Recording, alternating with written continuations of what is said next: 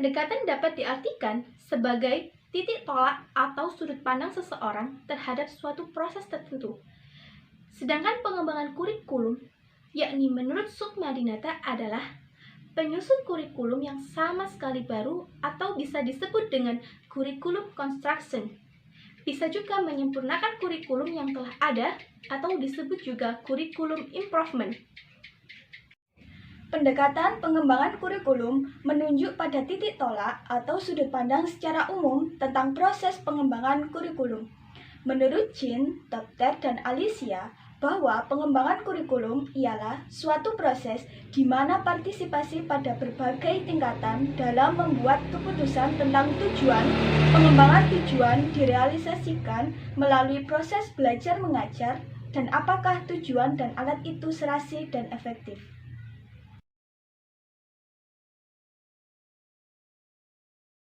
Dalam realitas sejarahnya, pengembangan kurikulum pendidikan Islam ternyata mengalami perubahan-perubahan paradigma, walau dalam beberapa hal tertentu, paradigma sebelumnya tetap dipertahankan hingga sekarang.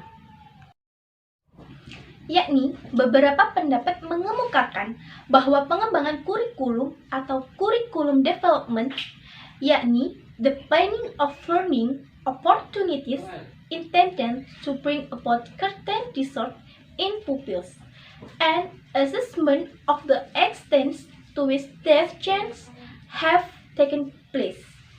Hal ini menunjukkan bahwa kurikulum adalah perencanaan kesempatan pelajar yang dimaksudkan untuk membawa peserta didik ke arah perubahan-perubahan yang diinginkan dan menilai hingga mana perubahan tersebut telah terjadi pada setiap peserta didik.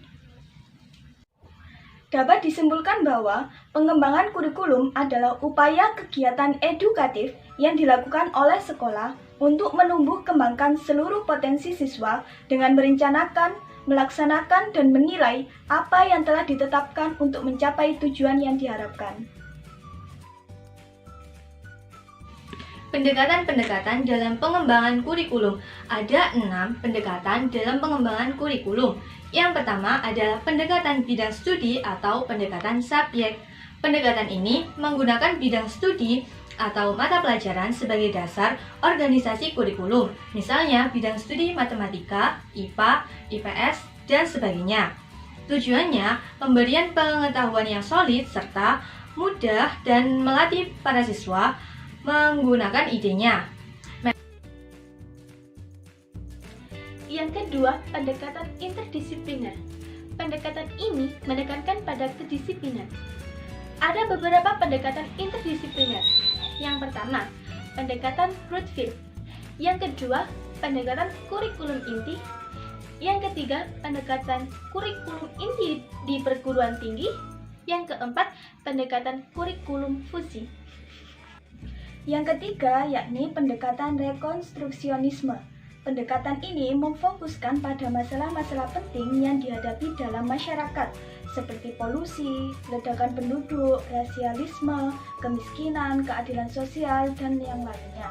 Tujuannya yakni menghadapkan peserta didik pada tantangan, ancaman, hambatan-hambatan, atau gangguan-gangguan yang dihadapi manusia. Metode yang digunakan pendidik dalam hal ini yakni pendidik berusaha membantu peserta didik menemukan minat dan kebutuhannya sesuai dengan minat masing-masing peserta didik.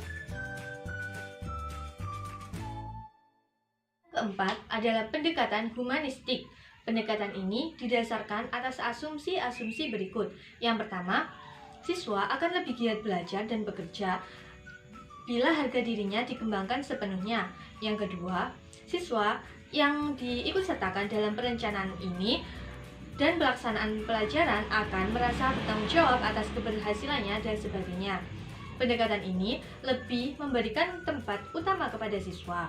Hal ini tertuju pada asumsi bahwa siswa adalah individu yang pertama dan utama dalam pendidikan. Tujuannya menyediakan pengalaman atau pengetahuan berharga dan membantu memperlancar perkembangan pribadi peserta didik. Metodenya, pendidik harus mampu menciptakan hubungan yang hangat kepada siswa dan mampu memberikan materi yang menarik bagi para siswanya. Yang kelima, pendekatan accountability. pendekatan accountability atau disebut dengan pertanggungjawaban lembaga pendidikan tentang pelaksanaan tugasnya kepada masyarakat.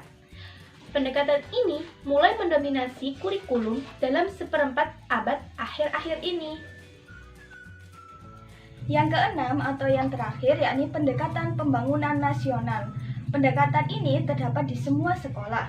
Pendekatan ini mengandung 3 unsur. Yang pertama, pendidikan kewarganegaraan. Yang kedua, pendidikan sebagai alat pengembangan nasional.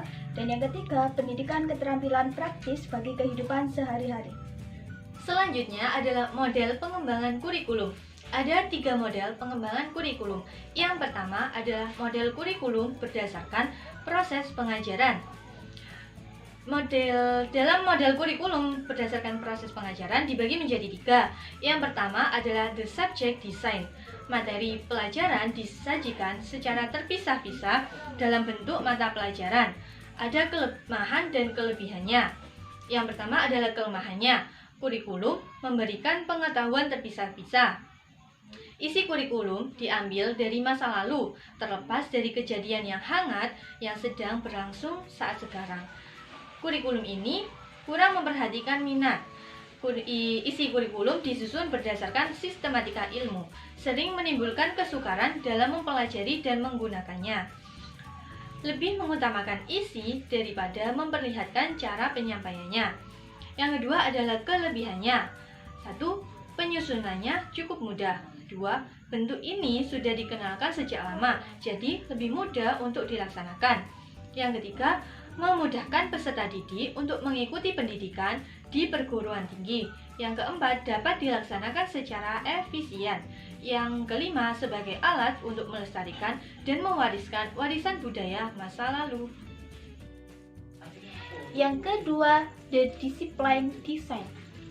Isi kurikulum yang diberikan di sekolah adalah disiplin-disiplin ilmu. Para peserta didik didorong untuk memahami logika atau struktur dasar suatu disiplin, memahami konsep-konsep, ide, dan prinsip-prinsip penting, jika juga didorong untuk memahami cara mencari dan menemukannya. Adapun kelebihan dan kekurangannya. Yang pertama, kelebihannya. 1. Kurikulum ini bukan hanya memiliki organisasi yang sistematik dan efektif, tetapi juga dapat memelihara integritas intelektual pengetahuan manusia. Kelebihan yang kedua, peserta didik tidak hanya menguasai serentetan fakta, prinsip hasil hafalan, tetapi menguasai konsep, hubungan, dan proses-proses intelektual yang berkembang pada siswa. Adapun kekurangannya, 1. Belum dapat memberikan pengetahuan yang berintegrasi. 2. Belum mampu mengintegrasikan sekolah dan masyarakat atau kehidupan. 3. Belum bertolak dari minat dan kebutuhan atau pengalaman peserta didik. Yang keempat, susunan kurikulum belum efisien, baik untuk kegiatan belajar maupun untuk penggunaannya. Yang kelima, secara akademis dan intelektual masih cukup sempit. Yang ketiga yakni the broad field design. Tujuan kurikulum ini adalah menyiapkan para siswa yang dewasa ini dalam dunia informasi yang sifatnya spesialistis dengan pemahaman yang bersifat menyeluruh. Model kurikulum yang selanjutnya yakni berdasarkan pengelolaan kurikulum. Yang pertama ada model administratif. Adalah model paling lama dan yang paling banyak dikenal, diberi nama model administratif atau Linstyle karena inisiatif dan gagasan pengembangan data dan para administrator pendidikan dan menggunakan prosedur administrasi. Yang kedua, model dari bawah atau grassroots. Model ini merupakan lawan dari model yang pertama. Inisiatif dan upaya pengembangan kurikulum bukan datang dari atas tetapi datang dari bawah, yaitu guru-guru atau sekolah. Yang ketiga adalah model kurikulum berdasarkan implementasi kurikulum. Ada 3. Yang pertama adalah the Concept Based Adaptation Model atau CBAM. Model ini ialah menggambarkan atau mengidentifikasi beberapa tingkat perhatian atau kepedulian guru tentang suatu inovasi dan bagaimana guru menggunakan inovasi di dalam kelas. Yang kedua adalah Tori Model yang dikembangkan oleh Gibb pada tahun 1978. Model ini menyediakan suatu skala yang membantu guru mengidentifikasi bagaimana lingkungan akan menerima ide-ide baru sebagai harapan untuk mengimplementasikan inovasi dalam praktek dan menyediakan beberapa petunjuk untuk menyediakan perubahan.